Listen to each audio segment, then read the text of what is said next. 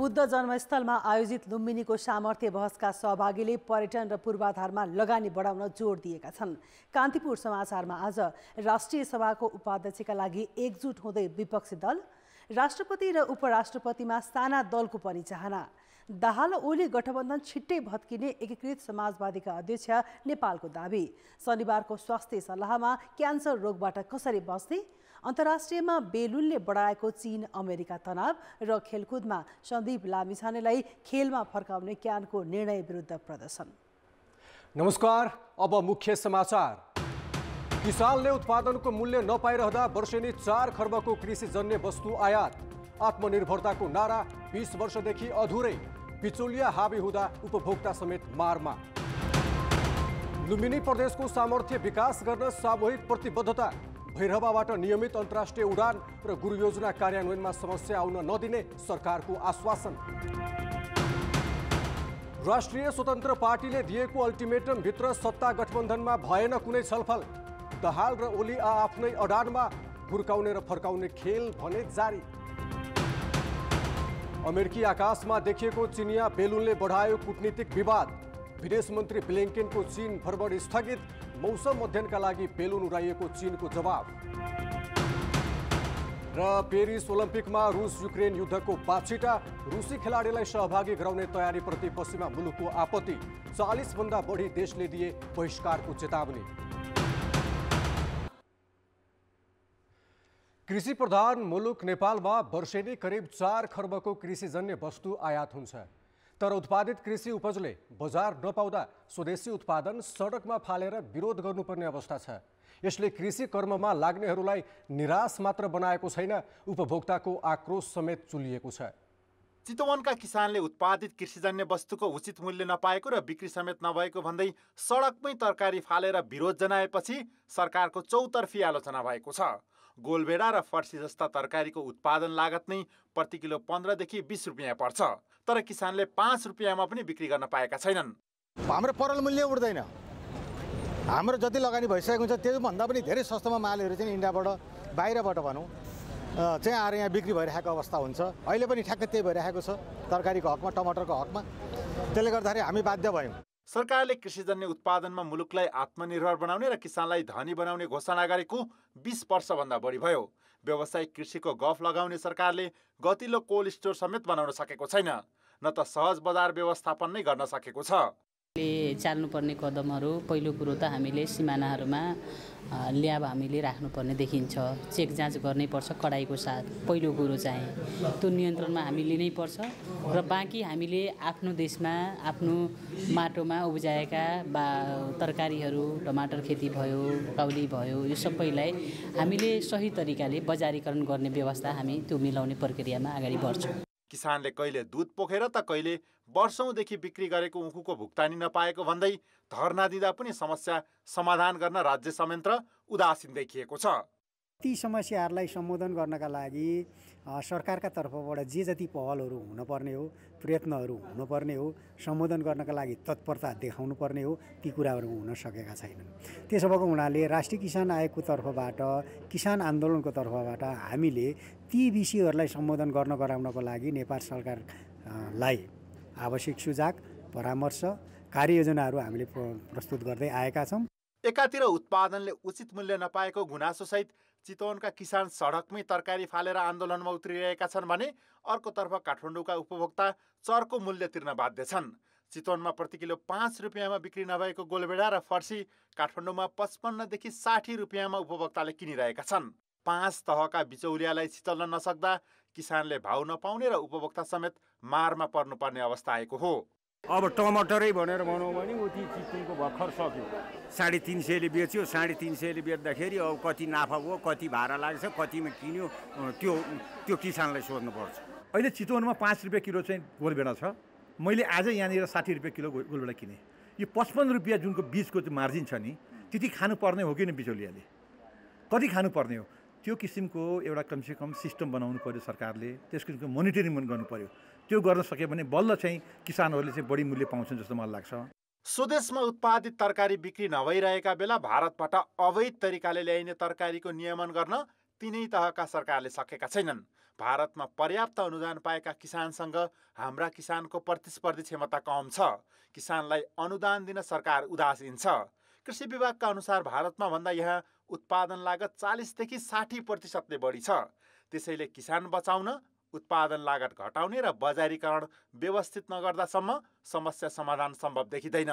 कान्तिपुर समाचारका लागि चितवन सहकर्मी राजु चौधरी र क्यामेरामा सञ्जय लुइटेलका साथ सुमन पन्थ, काठमाडौँ। अब जनताको आवाज। हामीले आज 7 प्रदेशमा सोधेका छौँ, कृषिजन्य उपजको उत्पादन र सहज बजारीकरणका लागि कसले के गर्नु पर्ला?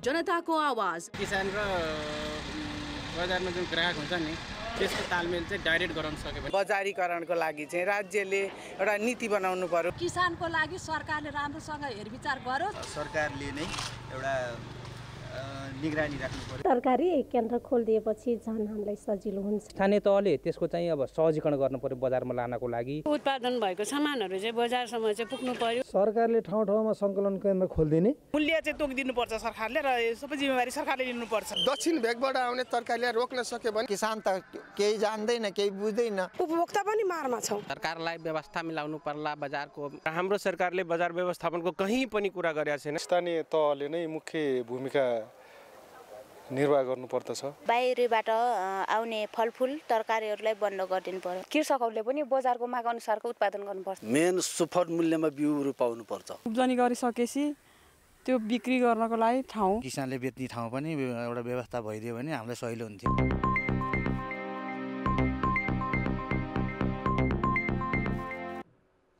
लुम्बिनी प्रदेशले सांस्कृतिक तथा धार्मिक क्षेत्रका साथै पर्यटकीय स्थललाई सदुपयोग गर्दै आर्थिक फड्को मार्न सक्ने सरोकारवालाहरूले बताएका छन्। आज कान्तिपुर मिडिया ग्रुपले भैरहवामा आयोजना गरेको कान्तिपुर लुम्बिनीको सामर्थ्य विषयक बहस कार्यक्रममा सङ्घीय मन्त्री, प्रदेशका मुख्यमन्त्रीदेखि व्यवसायी र विज्ञले समेत लुम्बिनीको प्रचुर सम्भावना रहेको औँल्याएका छन्। बहसका अधिकांश सहभागीले भैरवास्थित अन्तर्राष्ट्रिय विमानस्थल पूर्ण क्षमतामा सञ्चालन गर्नुपर्नेमा जोड दिएका थिए। संस्कृति, पर्यटन तथा नागरिक उड्डयन मन्त्री सुदन किराँतीले विमानस्थल उडान सञ्चालन गर्न कूटनीतिक पहल भइरहेको जानकारी दिँदै भारतसँग छलफल गर्न उच्च स्तरीय समिति बनाएको उल्लेख गरे। हराउने होइन, आजको हाम्रो आवश्यकता भनेको र्याफ्टिङ जस्तै हो। सबैको भूमिका उत्तिकै हुनुपर्छ र गन्तव्य। नेपाल उद्योग वाणिज्य महासङ्घका वरिष्ठ उपाध्यक्ष चन्द्रप्रसाद ढकालले परियोजना सुरु गर्नुअघि सरकारी निकायले एक अर्कामा समन्वय नगर्दा भैरवास्थित अन्तर्राष्ट्रिय विमानस्थल सञ्चालनमा आउन नसकेको औँल्याए। भारतको चाहिँ अपार जनसङ्ख्यासँग जोडिएको प्रदेश पनि चाहिँ भएको चाहिँ हिसाबले मलाई चाहिँ के लाग्छ भने जुन चिज चाहिँ सरकारले गर्न सक्ने चिजहरू पैसा पनि खर्च हुँदैन। बहसमा सहभागीले बढ्दो ब्याज दरले अर्थतन्त्रमा देखिएको समस्या विषयमा धारणा राखेका थिए। 30% क्षमतामा उद्योग चलेर बैंकको ब्याज र किस्ता तिर्न नसकिने अवस्थामा पुगेको निजी क्षेत्रको गुनासो थियो। अब अहिलेको अवस्था भनेको अहिले जुन सन्दर्भमा यो कार्यक्रम अर्गनाइज भएको छ नि, अहिले यहाँ हात उठाउन भन्यो भने अधिकतम व्यवसायीहरू यो आजको बैंकको ब्याज ठेक्नै नसक्ने भनेर हात उठाउनुहुन्छ कि सर। तर नेपाल राष्ट्र बैंकका गभर्नर महाप्रसाद अधिकारीले राष्ट्र बैंकले विभिन्न किसिमका कर्जाको व्यवस्था गरेकाले उचित ब्याज दर भएको स्किमको छनौट गर्ने उपभोक्तालाई अधिकार भएको उल्लेख गरे। ऋण लिने भइसकेपछि मेरो लागि सुइटेबल प्रडक्ट कुन हो, मैले कस्तो ब्याज दर तय गर्नुपर्छ, मेरो फिक्स्ड इन्कम छ भने फिक्स नै तय गर्नु पर्यो, फिक्स रूपमै लिनु पर्यो। किन्ने जग्गा, बनाउने घर, लिने चाहिँ फ्लोटिङ कर्जा, अनि मिल्छ, अनि ब्याज बढ्दैन त, अनि बजेको भार पर्दैन त। सरकारले पुँजीगत खर्च बढाउन नसक्दा अहिले बजारमा पैसा जान नसकेको राष्ट्रिय योजना आयोगका पूर्व उपाध्यक्ष गोविन्द पोखरेलको भनाइ छ। 8 वर्ष पहिले म योजना आयोगमा हुँदाखेरि हामीले रिपोर्टै बनाएर दिएका छौँ के कारणले हामी पुँजीगत खर्च गर्न सक्दैनौँ। र अघि गभर्नर साहबले भने जस्तै त्यो नगर्दाखेरि लिक्विडिटीमा पनि अब सरकारको ढुकुटीमा पैसा चाहिँ जम्मा भएर भयो। अब सफरर हुनुभयो निर्माण व्यवसायी, डन्डी, सिमेन्ट, सबै सप्लायर, यो निर्माण सामग्री सप्लाई गर्ने लेबरहरू सबै सफर भयो, किनभने पेमेन्टमा ब्याङ्किङ सिस्टममा पनि समस्या भयो। बहसमा सहभागी स्थानीय तहका प्रतिनिधिले सङ्घीय निजामती ऐन नहुँदा सङ्घीयता कार्यान्वयनमा अझै समस्या देखिएको बताएपछि सामान्य प्रशासन मन्त्री अमनलाल मोदीले चाँडै ऐन ल्याउने प्रतिबद्धता जनाएका थिए। आजसम्म कर्मचारीको व्यवस्थापन सङ्घीय हाम्रो मान्य मन्त्रीजीले भनिरहनु भएको छ, उहाँको मात्रै दोष होइन नि त। हिजो 74 सालदेखि आजसम्म निजामती सेवा ऐन पास नगरिएकै कारणले प्रदेश सरकार अलमलमा स्थानीय सरकार अलमलमा बस्नु भनेको यो अरूले हेर्दाखेरि अलिकति अप्ठ्यारो लज्जाजनक पनि हुन्छ। म भारतको मोदी पनि होइन, नेपालको मोदी हो, अमनलाल मोदी। ढुक्क हुनुहोस्, मेरै कार्यकालमा सङ्घीय निजामती सेवा ऐन संसदमा पठाउने या मन्त्री परिषदबाट गर्ने, यति चाहिँ ढुक्क हुनु, संहिता कार्यान्वयन हुन्छ।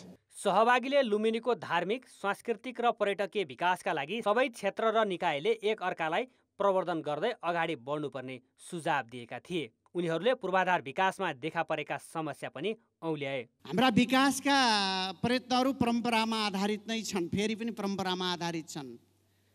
हामी कुनै पनि पालिकाले मास्टर प्लान निर्माण गर्ने, आवधिक योजना निर्माण गर्ने, सूचकाङ्कका आधारमा योजनाहरूको छनौट गर्ने कामलाई व्यवस्थित गर्न सकिरहेको छैन। यो बुटोलले गौरव गर्ने कुरा हो र नेपालमा पिपी मोडलको स्थापना नहुँदै 2050 सालकै सेरोफेरोमा आम्दा अस्पताल, बुटोल नगरपालिका, उद्योग वाणिज्य सङ्घ र आम्दा नेपालको सहमतिमा, सहभागितामा हामीले आम्दा हस्पिटल स्थापना गरेका थियौँ र नेपालमा त्यति बेला पिपी मोडलको सुरुवात भएको थिएन र त्यहीँबाटै हामीले पिपी मोडल सुरु गरेका हौँ र बुटोलबाट भएको पिपी मोडल अहिले देशभरि चाहिँ स्थापित भएको छ। यो पनि हाम्रा लागि गौरवको कुरा हो। उद्घाटन सत्रलाई सम्बोधन गर्दै कान्तिपुर मिडिया ग्रुपका अध्यक्ष तथा प्रबन्ध निर्देशक कैलाश सिरोहियाले प्रदेशमा समेत राजनीतिक स्थिरता भइदिए मुलुकको अर्थतन्त्रमा थप योगदान पुग्ने बताए। यस प्रदेशको नजिकै अर्थात् छिमेकी मुलुक भारतको उत्तर प्रदेश र बिहार जस्तो विशाल बजार छ।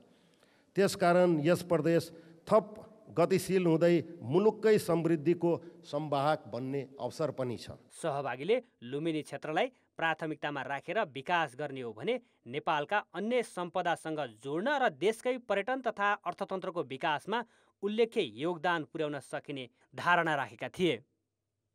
कान्तिपुर समाचारका लागि भरत रावलको रिपोर्ट। बुद्ध जन्मस्थल लुम्बिनी भारतीय सीमासँग जोडिएका भन्सार नाका, ठूला र महत्त्वाकांक्षी पूर्वाधार विकासका कारण लुम्बिनी प्रदेश अर्थ र विकासमा अगाडि बढेको छ। तराईमा बन्दै गरेका फराकिला र व्यवस्थित राजमार्ग तथा पहाडका सबै स्थानीय तह जोड्ने सडक सञ्जालले सङ्घीयतासँगै लुम्बिनीमा विकासका ढोका खोलिदिएका छन्। 17,810 वर्ग किलोमिटर क्षेत्रफलमा फैलिएको यस प्रदेशले देशकै मुहार परिवर्तन गर्ने सामर्थ्य राख्छ। देशको केन्द्र भागमा रहेको लुम्बिनी प्रदेश हिमाल, पहाड र तराईका 12 जिल्ला मिलेर बनेको छ। विश्व सम्पदा सूचीमा सूचीकृत विश्व शान्तिका अग्रदूत गौतम बुद्धको जन्मस्थल लुम्बिनीका कारण पनि यो प्रदेश पर्यटन र पूर्वाधार विकासमा अगाडि छ। सम्पूर्ण समग्र लुम्बिनी क्षेत्रको एउटा बौद्ध शहरको रूपमा विकास गर्न सक्दा यसले आउँदो हजारौं वर्षलाई ठुलो योगदान दिन सक्छ। छिमेकी मुलुक भारतको उत्तर प्रदेश र बिहारसँग जोडिएको लुम्बिनीमा देशकै ठुलो बेलैया नाकादेखि अन्तर्राष्ट्रिय गौतम बुद्ध विमानस्थलले आर्थिक विकासमा उचालेका छन्। उत्पादन, सेवा उद्योग, व्यापार, कृषि, शिक्षा तथा स्वास्थ्य क्षेत्रमा पनि निरन्तर उकालो लागेको छ। कुल ग्राहस्थ उत्पादन 14.1 र प्रति व्यक्ति आय 1,103 अमेरिकी डलर छ भने देशको अर्थतन्त्रमा योगदान गर्नेमा लुम्बिनी प्रदेश तेस्रो स्थानमा छ। प्राकृतिक स्रोतका दृष्टिकोणले पनि असीमित सम्भावनाहरू छन् र मुख्य गरिकन यो कनेक्टिभिटीका दृष्टिकोणले पनि देशको मध्यभागमा छ र सबैतिर व्यापार, उद्योग, शिक्षा र स्वास्थ्यका क्षेत्रमा पनि यो चाहिँ धेरै सम्भावना बोकेको क्षेत्र छ। नदी, खोला, वन, चुरे लगायतका भूमिले लुम्बिनीलाई प्राकृतिक स्रोत र साधनले भरिपूर्ण बनाएको छ। 31% खेतीयोग्य जमिन रहेको लुम्बिनीमा पहाडदेखि तराईका फाँटसम्म व्यावसायिक खेती फैलिरहेको छ। रूपन्देही, नवलपरासी पश्चिम, कपिलवस्तु, दाङ र बाँकेमा फैलिएका उद्योगले प्रदेशलाई व्यापारिक, व्यावसायिक र औद्योगिक हब बनाएको छ। उद्योग र पर्यटनलाई माथि उठाएर रोजगारी सृजना गर्ने र सम्पूर्ण मान्छे यही मेहनत गरेर बाँच्ने हो भन्ने एउटा संस्कार हामीले बसाल्न सक्यौँ भने 51,24,225 जनसङ्ख्या रहेको लुम्बिनी प्रदेशमा थारू र मगर जातिको बाहुल्यता छ। यद्यपि विभिन्न धर्म, जाति र समुदायको एकता, उनीहरूका परम्परा, संस्कार, संस्कृति र रहन सहनले यो प्रदेश सांस्कृतिक रूपमा पनि अब्बल छ। 109 स्थानीय तह रहेको लुम्बिनी प्रदेशका हरेक स्थानीय तह आत्मनिर्भर बन्ने बाटोमा छन्। प्रदेशको सामर्थ्य बढाउन विकासमा पछाडि परेका वर्ग र समुदायलाई समेट्दै र मानवीय स्रोतको विकासमा ध्यान दिनुपर्ने देखिन्छ।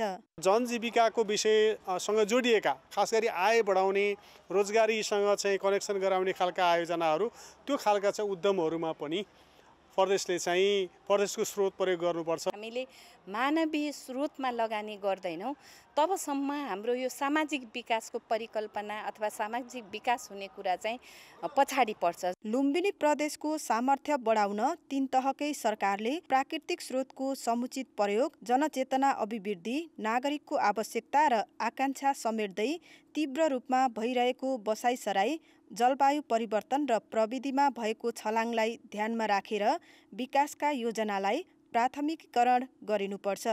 यसो भएमा विकासको सामर्थ्य बोकेको लुम्बिनी प्रदेशका सबै क्षेत्र र नागरिकमा समुन्नत विकासको महसुस हुनेछ। कान्तिपुर समाचारका लागि सहकर्मी भुवन पाण्डे र सुस्तिक श्रेष्ठका साथ अमृता अनमोल, लुम्बिनी, रूपन्देही। आफ्नो दलले गृहमन्त्री नपाए सरकारबाट बाहिरिने भन्दै राष्ट्रिय स्वतन्त्र पार्टीले दिएको 2 दिने चेतावनीको समय सीमा आज सकिँदैछ। तर अहिलेसम्म न प्रधानमन्त्रीले रवि लामिछानेलाई गृहमन्त्री नै बनाए न त राष्ट्रिय स्वतन्त्र पार्टीले नै सरकार छाड्ने निर्णय गर्यो। दुवै पक्षबीच घुर्काउने र फकाउने खेल जारी छ। राष्ट्रिय स्वतन्त्र पार्टीको बिहिबार बसेको बैठकले तत्काल सत्ता गठबन्धनको राजनीतिक संयन्त्रको बैठक बोलाउन माग गरेको थियो। तर 2 दिने अल्टिमेटमको समय सीमा सकिने बेलासम्म राजनीतिक संयन्त्रको बैठक बस्न सकेन। एमाले र माओवादीको शीर्ष तहमा अनौपचारिक छलफल चले पनि बैठक नबोलाइएकोमा रुष्ट बनेको स्वतन्त्र पार्टीका नेताहरूले भने गठबन्धनले फेरबदल आउन सक्ने थप चेतावनी दिएका छन्।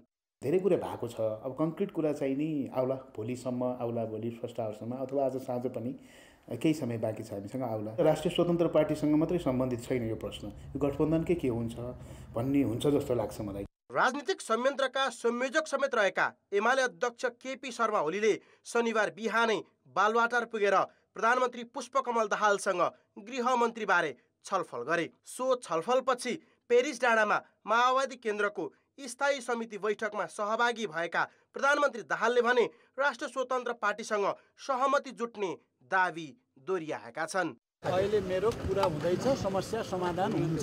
राष्ट्रिय स्वतन्त्र पार्टीको मागबारे छलफल गर्न उच्च स्तरीय राजनीतिक संयन्त्रको बैठक बस्नुपर्ने हुन्छ। तर प्रधानमन्त्री दाहाल र संयन्त्रका संयोजक ओली बीचको विवादकै कारण बैठक बस्न सकेको छैन। 2 नेता मध्ये एकजनाको मात्रै अनुपस्थितिमा पनि बैठक बस्न सक्दैन। तैपनि माओवादी नेताहरूले सत्ता गठबन्धन बीच सहमति नटुट्ने दावी गर्न छाडेका छैनन्।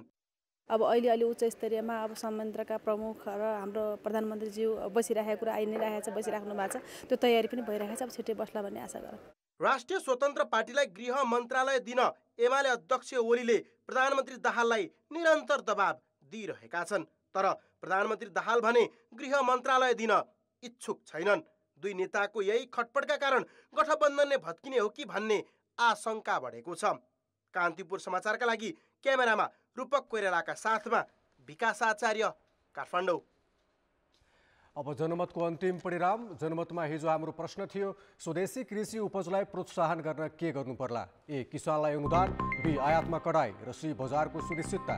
जनमतको अन्तिम परिणाम यस्तो छ, ए. किसानलाई अनुदानमा 14%, बी. आयातमा कडाईमा 24% र सी. बजारको सुनिश्चिततामा 62% मत प्राप्त भएको छ। अब जनमतमा आजको प्रश्न। जनमत हाम्रो प्रश्न छ, राष्ट्रिय महत्त्वका विषयमा पार्टीबाट निर्णय नगरी शीर्ष नेतालाई जिम्मा लगाउने प्रवृत्तिलाई के भन्ने? ए. आन्तरिक लोकतन्त्रको उपहास, बी. निर्णय क्षमताको अभाव र सी. नेतृत्वप्रतिको भरोसा। जनमतको अन्तिम परिणाम भोलि बेलुकी 8 बजेको कान्तिपुर समाचारमा प्रसारण गर्नेछौँ। कृपया NEWS न्युज स्पेस एबी वा सी टाइप गरी 34001मा SMS गरी आफ्नो मत व्यक्त गर्नुहोला। प्रधानमन्त्री पुष्पकमल दाहालले एकले अर्कोलाई निषेधको राजनीति गरी मुलुकले अप्ठ्यारो स्थितिको सामना गर्नुपर्ने बताएका छन्। आदिवासी जनजाति आयोगको तेस्रो वार्षिक साधारण सभाको आज काठमाडौँमा उद्घाटन गर्दै दाहालले मुलुकको रक्षा र जनताको अधिकार सुनिश्चित गर्न राष्ट्रिय एकता र सहमतिको विकल्प नभएकोमा जोड दिए। आर्थिक र राजनीतिक समस्या समाधान गर्न सबै मिलेर जानुपर्ने उनको भनाइ छ। एकता कायम गरेर मात्रै राष्ट्रिय सहमति बनाएर खास विषयहरूमा राष्ट्रिय सहमति बनाएर मात्रै यो देशको पनि रक्षा गर्न सकिन्छ, जनताको अधिकारको पनि रक्षा गर्न सकिन्छ। एकले अर्कालाई निषेधको तरिकाले गइयो भने हामीले उपलब्धि हासिल गर्न नसक्ने मात्र होइन, अप्ठ्यारो स्थितिको सामना गर्नुपर्ने हुन्छ। हामीले चाहे 46 सालको कुरा गरौँ, चाहे प्रधानमन्त्री दाहालले आदिवासी जनजाति समुदायको जनसङ्ख्याको आधारमा समावेशी समानुपातिक बनाउन र महिलाको अधिकार 50% भन्दा बढी पुर्याउन अझै धेरै काम गर्न बाँकी रहेको औँल्याए।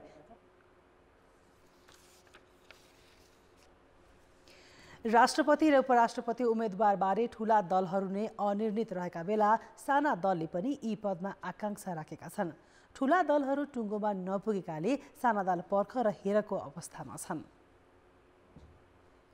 सत्ता समर्थक जनता समाजवादी पार्टीले राष्ट्रपति र उपराष्ट्रपति उम्मेदवारका विषयमा सत्ता गठबन्धनसँग कुनै छलफल नभएको बताएको छ। भागबण्डाका क्रममा उपराष्ट्रपतिमा दाबी गर्ने जसपाको तयारी छ। हामीले आफै राष्ट्रपति वा उपराष्ट्रपतिमा उम्मेदवार उभ्याउँछौँ अथवा हामीले त्यस्तै उम्मेदवारी दिएका मध्ये उचित उम्मेदवारलाई छानेर हामी मतदान गर्छौँ। तर कुनै संयन्त्र कसैको आग्रह पूर्वाग्रहले जनता समाजवादी पार्टी राष्ट्रपति उपराष्ट्रपति सम्बन्धी निर्णय गर्दैन। कांग्रेससँग नजिकिएको लोकतान्त्रिक समाजवादी पार्टीका नेताहरूले भने अध्यक्ष महन्त ठाकुरलाई राष्ट्रपतिको उम्मेदवार बनाउन आग्रह गरेका छन्। अन्तर पार्टीको साथीहरूको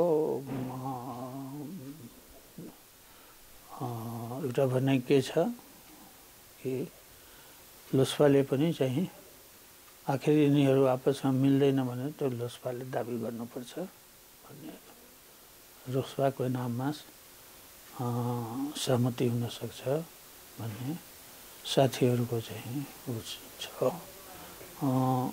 तर त्यस किसिमको कुनै छलफल अनौपचारिक या औपचारिक रूपमा आएको छैन।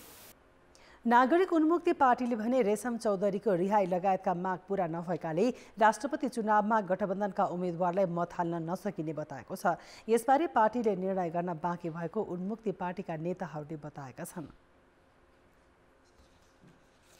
नेकपा एकीकृत समाजवादीका अध्यक्ष माधव कुमार नेपालले राष्ट्रपति निर्वाचनसम्म पनि 7 दलीय सत्तारूढ गठबन्धन टिक्नेमा शङ्का व्यक्त गरेका छन्। काठमाडौँमा आजदेखि सुरु भएको केन्द्रीय कमिटी बैठकमा अध्यक्ष नेपालले सत्ता साझेदार दलभित्र खटपट सुरु भइसकेको र जुनसुकै बेला पनि समीकरण भत्कन सक्ने दावी गरे। एमाले अध्यक्ष केपी शर्मा ओलीले राष्ट्रपतिको चुनावसम्म मात्रै प्रधानमन्त्रीको रूपमा पुष्पकमल दाहाललाई थेग्ने नेपालको भनाइ छ। अहिलेसम्म प्रचण्डलाई थेग्ने हो थाहा छैन, राष्ट्रपतिको चुनावसम्म थेग्ने स्थिति बन्ला। तर त्योभन्दा पहिले नै हामी देखिरहेका छौँ खटपट सुरु भइसकेका छ। अध्यक्ष नेपालले आफ्नै राजनीतिक प्रतिवेदनमा कांग्रेस सभापति शेरबहादुर देउवा नेतृत्वको तत्कालीन 5 दलीय गठबन्धन फुट्नुको 4 कारण पनि उल्लेख गरे।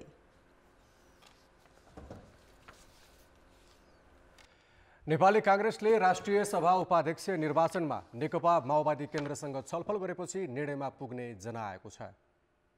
कांग्रेसले आज आफ्नो संसदीय दलको कार्यालय सिंहदरबारमा नेकपा एकीकृत समाजवादी र लोकतान्त्रिक समाजवादी पार्टीसँग राष्ट्रिय सभाको उपाध्यक्षमा उम्मेदवारीका विषयमा छलफल गरेको छ। बैठकमा लुम्बिनी प्रदेशबाट राष्ट्रिय सभामा प्रतिनिधित्व गर्ने सदस्य पदका विषयमा समेत छलफल भएको छ। छलफलमा सहभागी लोसपा अध्यक्ष महन्त ठाकुरले माओवादीसँग उपाध्यक्षको उम्मेदवारीको विषयमा कुरा गर्ने र त्यसपछि निर्णयमा पुग्ने जानकारी दिए। नेताहरूले भोलि पुनः छलफल गरेर टुङ्गो लगाउने तयारी गरेका छन्। निर्वाचन तालिका अनुसार भोलि मनोनयन दर्ता गर्नुपर्नेछ। राष्ट्रिय सभा उपाध्यक्ष चयन गर्न माघ 23 गते निर्वाचन हुँदैछ। बैठकमा जनता समाजवादी पार्टीलाई बोलाइएको भए पनि उसका प्रतिनिधि सहभागी भएनन्। नेकपा माओवादी केन्द्रले 2 महिने संगठन सुदृढीकरण अभियान चलाउने भएको छ। पार्टी मुख्यालय पेरिस डाँडामा आज बसेको स्थायी समितिको बैठकले यही 26 गतेदेखि अभियान सञ्चालन गर्ने भएको हो। बैठकले फागुन 5 गतेसम्म प्रदेश समितिको बैठक राखेर स्थानीय तहसम्मको सङ्गठन सुधार गर्न जिम्मेवारी तोक्ने निर्णय गरेको छ। हाम्रो पार्टी अब 26 गतेदेखि फिल्डमा जान्छ। अहिले सरकारमा भएका, संसदमा भएका, बढी कामकाजमा भएका काममा रोक्याउनुहुन्न, बाँकी कामहरू त फिल्डमा जाने, फिल्डको रिपोर्ट लिएर थप ठोस तय गर्ने निर्णय गर्ने।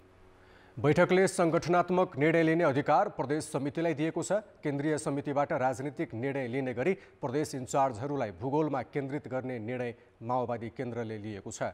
त्यसैगरी राजनीतिक संवाद गरेर राष्ट्रपति र उपराष्ट्रपतिमा साझा सहमति खोज्ने निर्णय माओवादीको छ।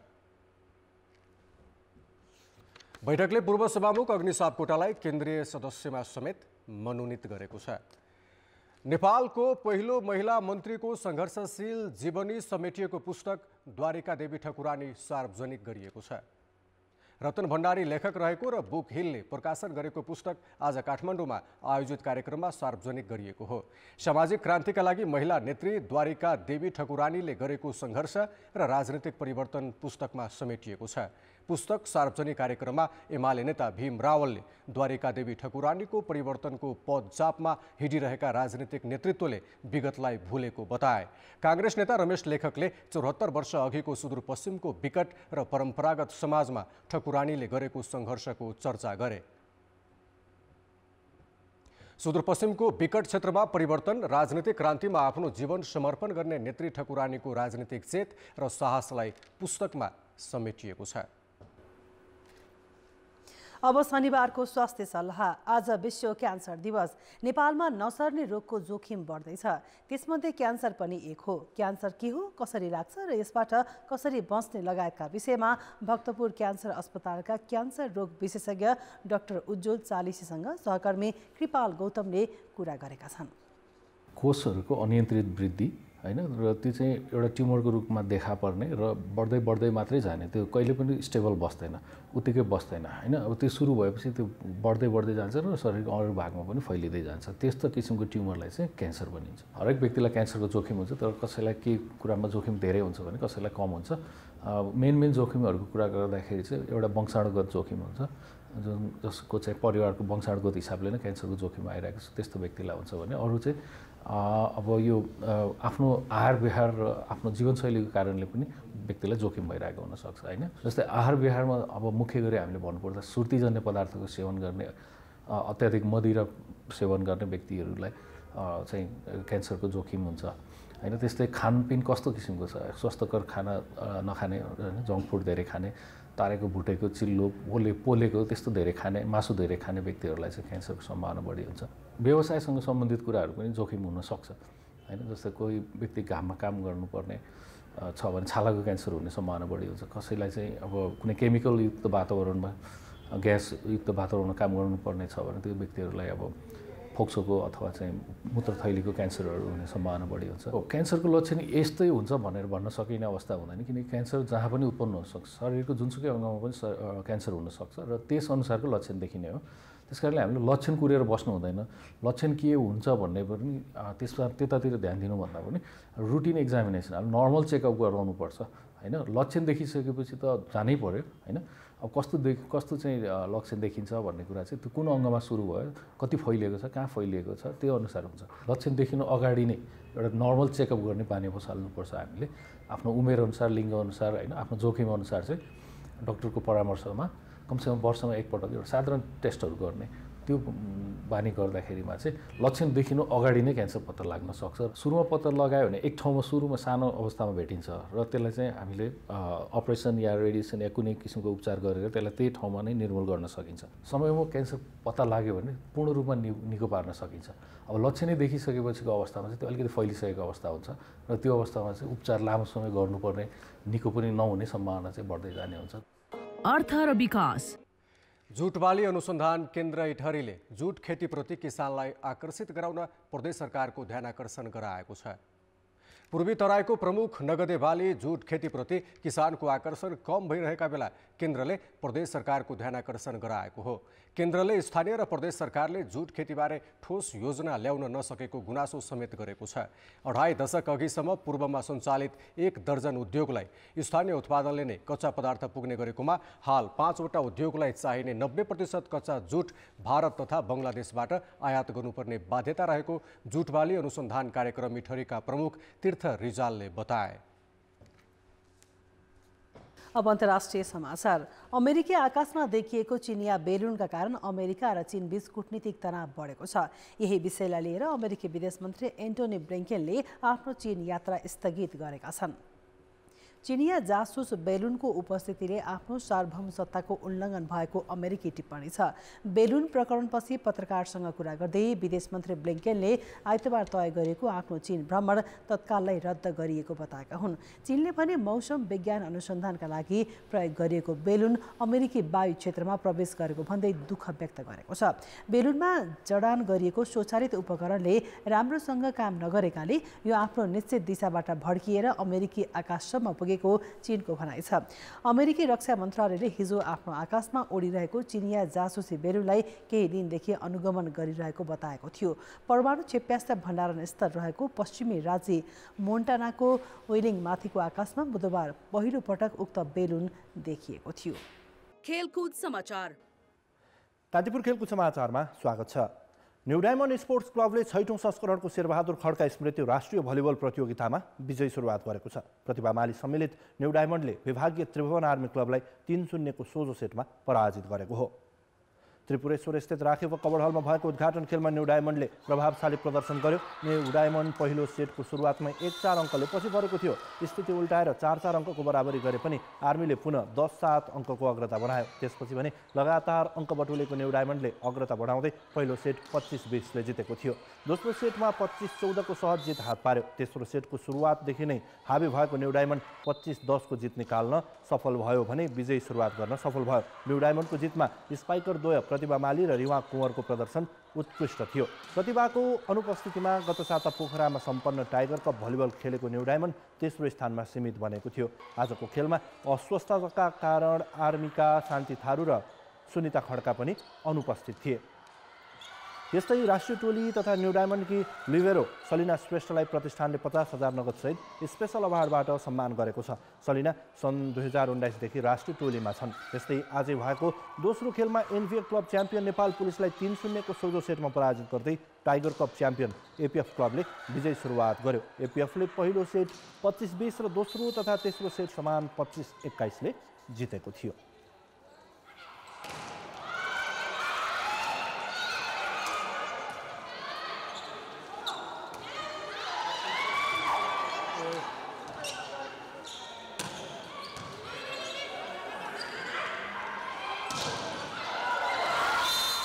विनेश खनिया र नविता श्रेष्ठ 5औं सम्झना कप अन्तर्राष्ट्रिय टेबल टेनिस प्रतियोगितामा च्याम्पियन बनेका छन्।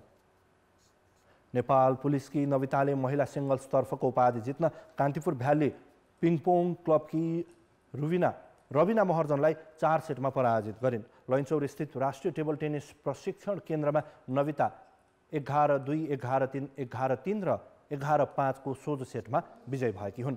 नविताले कान्तिपुरकी दिया देउवालाई र रविनाले प्रहरीकी एलिना महर्जनलाई पराजित गर्दै फाइनलमा स्थान बनाएका थिए। पुरुष सिङ्गल्समा विनेशले भारतको global table tennis एकाडेमीका Santosh Kumar विरुद्ध 6 सेटमा जित निकाल्दै उपाधि हात पारे। उनी 7-11, 11-5, 11-9, 15-13, 10-12 र 11-3 ले विजयी भएका हुन्। भारतका प्रसन्न कुमार र ग्लोबलका भिसिन बभनका तेस्रो भने।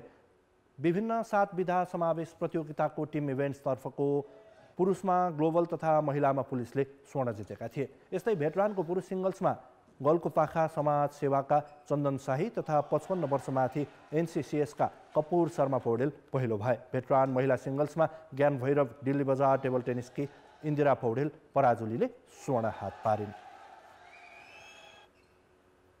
जबरजस्ती करणीका आरोपी क्रिकेटर सन्दीप लामिछानेलाई राष्ट्रिय टिमको बन्द प्रशिक्षणमा सहभागी गराउने नेपाल क्रिकेट सङ्घ क्यानको विरोधमा प्रदर्शन भएको छ। काठमाडौँको माइतीघर मण्डलामा आज क्यान र सन्दीपलाई बहिष्कार गर्न मागसहित प्रदर्शन भएको हो। प्रदर्शनमा सहभागीहरूले जबरजस्ती करणीका आरोपीलाई क्यानले प्रश्रय दिएको र यसले समाजमा अराजकता फैलाउने आशयका प्लेकार्ड बोकेका थिए। उनीहरू सामाजिक सञ्जाल मार्फत जोडिएका हुन्। प्रथमतः क्यानको र क्यानको निर्णय यतिसम्मको गैर जिम्मेवारी निर्णयमा जुन सरकारको मौनता छ त्यसको पनि हामी विरोध गर्छौँ र हामी प्रतिपक्षको पनि विरोध गर्छौँ र ती सम्पूर्ण निकायहरू जसले चाहिँ यो बलात्कारीको अभियुक्तलाई सेलिब्रेट गर्ने पक्षमा उभिएका छन् ती सबैको हामी विरोध गर्छौँ। पूर्व कप्तान सन्दीपमाथि नाबालिगकरणीको आरोप छ। उनलाई गत पुस 28 गते पाटन उच्च अदालतले 20 लाख धरोटीमा सशर्त रिहा गरेको थियो। उनलाई थुनामा राखेर मुद्दाको प्रक्रिया अघि बढाउनुपर्ने मागसहित महान्यायाधिवक्ताको निवेदनमा हिजो सर्वोच्च अदालतले कागजात मगाउने आदेश दिइसकेको छ। मुद्दाको टुङ्गो नलाग्दै क्यानले गत मङ्गलबार सन्दीपको निलम्बन फुकुवा गरेको थियो। निलम्बन गर्दा जबरजस्तीकरणीको आरोप लागेको कारण बताएको क्यानले फुकुवा गर्दा भने बन्द प्रशिक्षणबाट बाहिर निस्किएर अनुशासन तोडेको बताएको थियो। निलम्बन फुकुवा भएको 2 दिनपछि क्यानले सन्दीपलाई राष्ट्रिय टिमको अभ्यासमा बोलाएको हो। मुद्दाको टुङ्गो नलाग्दै क्यानले हतारमा निर्णय गरेको भन्दै सर्वत्र आलोचना भइरहेको छ। नेपाली टोली अहिले फागुन 2 गतेदेखि घरेलु मैदानमा हुने विश्व क्रिकेट लिग 2 सिरिजको तयारीमा छ। नामिबिया र स्कटल्यान्ड विरुद्ध खेल्ने नेपाली टोलीमा सन्दीपको नाम पनि समावेश रहेको बताइन्छ। रुस युक्रेन युद्ध सुरु भएको यही फेब्रुअरी 24 मा 1 वर्ष पुग्दैछ। तर यो युद्धको प्रभाव रुस र युक्रेनमा मात्रै सीमित छैन, विश्व नै 2 ध्रुवमा बाँडिएको छ। युद्धको बाछिटाले विश्व खेलकुद पनि नराम्ररी प्रभावित छ। आगामी वर्ष हुने पेरिस ओलम्पिक यसको पछिल्लो उदाहरण हो। अन्तर्राष्ट्रिय ओलम्पिक कमिटी आइओसीले रुस र बेलारुसका खेलाडीलाई ओलम्पिकमा समेट्ने सङ्केत गरेपछि युक्रेन सहितका देशले प्रतियोगिता नै बहिष्कारको चेतावनी दिन थालेका छन्। खेलकुदमा राजनीति अस्वीकार्य मानिए पनि ठुला राष्ट्रले खेलकुदकै नाममा शक्ति प्रदर्शन गरिरहेका छन्। जब कुनै पनि फुटबलरको उमेर 30 वर्ष नाग्छ उनीहरूको गति सुस्त हुन थाल्छ। धेरै खेलाडीले 30 देखि 35 वर्षको बीचमा सन्यास लिन्छन्। तर जापानका काजुयोसी मिउराको अघि उमेर पनि पराजित भयो। उनले 56 वर्षको उमेरमा पोर्चुगिज क्लबसँग सम्झौता गरेका छन्। खेलकुद समाचार अहिलेलाई यति नै। जानकारी